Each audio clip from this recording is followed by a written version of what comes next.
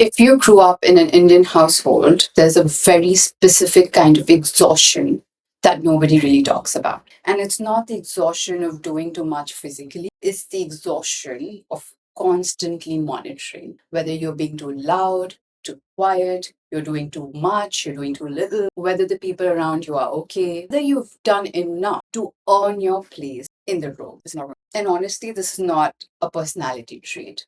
It's a survival response. And today I'm going to show you how exactly where it comes from and what it's quietly doing to your life right now. Anika Agrawal, I'm an inner child and shadow work healer, and I work with people who on the outside look so put together. They have good careers, they have friendships and loving families, but inside there's this constant harm of anxiety, which they can't really figure out why it's happening. There's this feeling that no matter what they do, it's never good enough. And when I sit with them, almost without exception, the thread always leads back to guess what? Their childhood. And not because their parents were terrible people. Usually they weren't. But because the environment they grew up in conditioned and taught them one very specific lesson that your needs come second to everybody else's. Most Indian parents weren't consciously teaching that. In fact, they were giving them sanskar, like we know in our Indian tradition of discipline, family unity. And these are genuinely beautiful things to have. But somewhere in that translation, a lot of us learned something else. If we want love, we need to be easy. If we want to belong, we need to disappear a little. And we got so good at it, we didn't even notice we were doing it anymore. Now, I want to talk about the cultural conditioning behind this, how it all begins. In most Indian households, and I'm speaking broadly here, I know every family is different, but there is a hierarchy. Elders are respected, children are seen and not always heard, and your feelings, your wants, your no, these are secondary to what brings peace to the family and the family image. And it's always coming from, अरे लोग क्या कहेंगे? So from the time we're very small, we learn to read the room, what everybody else is thinking, how they're feeling, what is their mood like. Can we ask our parents this right now? Are we going to get permission for this? Are we going to get screamed at? We are always hyper vigilant.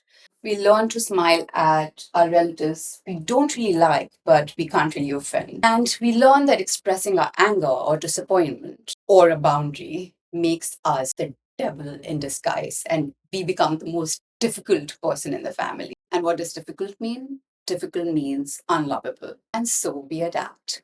We become helpful.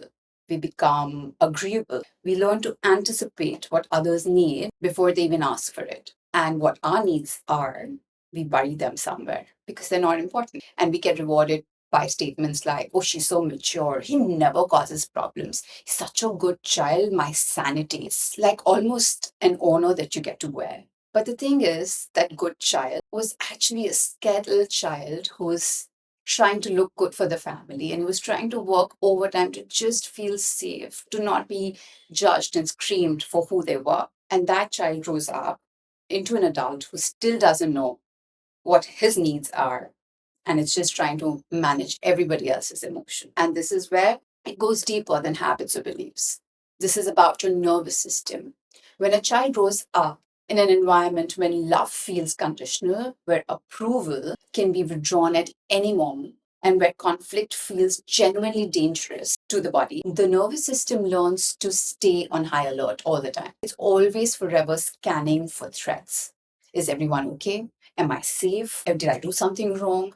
What do I need to make sure that nothing goes wrong here? And we get stuck in the survival state called the fawn response. I call it what it actually is. Your body learned that keeping others happy kept you safe. But the problem is that this conditioning and this wiring doesn't just switch off when you want it. It's not like when you move out of the house, you're going to become your own person. It's going to follow you everywhere, into your relationships, into your friendships, into your career, into how you feel about yourself, into your everyday decision making. You'll have trouble saying no, and you'll end up saying yes and resent it later. You'll apologize for things that aren't really your fault. You'll feel guilty for having needs. And if ever you choose yourself, you'll carry so much shame into that decision. You'll always be scanning the room to make sure everybody's comfortable. And you're running this old belief system because you've not learned yet that you can rewire your nervous system and teach it inner safety and let go of old limiting beliefs that are keeping you stuck in your fawn survival state. Let me give you some signs that this is running in you right now. Go ahead, just close your eyes and just notice your body. When I say things to you right now, how does your body feel? Don't judge yourself for it, just allow yourself to feel. Do you feel responsible for other people's moods? If someone in the room is upset, do you automatically assume it's because of you and you start worrying about it? Do you struggle to ask for help?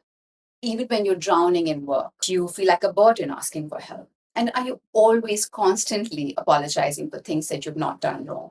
You always overthink your opinions, your decision making, and you're scared of taking up space. And I want you to notice, do you feel exhausted after social interactions? Not because people are bad, but because you're constantly performing for approval. You're not being yourself. You're not being in your body. It's just cognitively managing everybody else. And you're always burnt out and you don't know why. It's because your whole life you're focused on what everyone else wants. And I can tell you, this is painful. I'm sure you're genuinely loving and caring and a giving person, and you show up for others all the time. There's a quiet part of you that always wonders that if I'm not being useful and if I'm not overgiving, will these people still want me around? Will I still get this love that I have? And I see you. This realization is painful. First thing I want you to hear, this is not your fault and it's not a flaw. And your nervous system did exactly what it needed to do to survive. It wanted to keep you safe as a child, and that's how it adapted. Now, the work is not to shame, it's to heal that part of you and bring it back